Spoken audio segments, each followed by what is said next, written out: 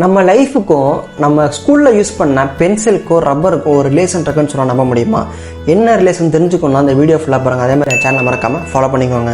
ஒரு நாள் pencil rubber கிட்ட ரொம்ப மன்னிப்பு கேட்டுச்சான். என்னை மன்னிச்சிரு, நான் உன்னை ரொம்ப கஷ்டப்படுத்துகிறேன், ரொம்ப காயப்படுத்துகிறேன், தயவு செய்து என்னை மன்னிச்சு அப்படின்னு சொன்னச்சான். அதுக்கு அந்த லப்பர் பென்சில் கிட்ட கேட்டுச்சான், நீ எதுக்கு தேவையில்லாமல் இப்போ மன்னிப்புலாம் கேட்டுட்டு இருக்க, எதுக்கு தேவையில்லாமல் இப்படி பேசிகிட்டு இருக்க அப்படின்னு சொன்னிச்சான்.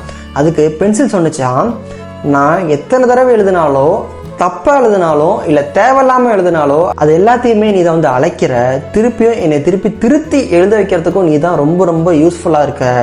ஆனால் அதே சமயம் உன்னை நான் ரொம்ப கஷ்டப்படுத்துகிறேன், ரொம்ப காயப்படுத்துகிறேன், அதனால தான் நான் மன்னிப்பு கேட்குறேன் அப்படின்னு சொன்னிச்சான். அதுக்கு அந்த லப்பர் சொன்னிச்சான், நீ எத்தனை தடவை எழுதினாலும் சரி, தப்பாக எழுதினாலும் சரி, அதை நான் அழிப்பேன், அது என்னோட கடமை, உன்னை திருப்பி எழுத வைக்கிறது என்னோட கடமை அப்படின்னு சொன்னிச்சான். இது மாதிரி தாங்க நம்ம லைஃப்லையுமே நீ பண்ணுறது தப்புன்னு சொல்லி திருத்துறதுக்கு உங்களோட ரிலேட்டிவ்ஸாக இருக்கலாம், பேரண்ட்ஸாக இருக்கலாம், ஃப்ரெண்ட்ஸாக இருக்கலாம், இல்லை லவ்வர்ஸாக கூட இருக்கலாம். இது மாதிரி பர்சன்ஸ் எல்லாம் உங்கள் லைஃப்பில் இருக்காங்க அப்படின்னா நீங்கள் ரொம்ப ரொம்ப கொடுத்து வச்சவங்கன்னு தான் சொல்லுவேன்.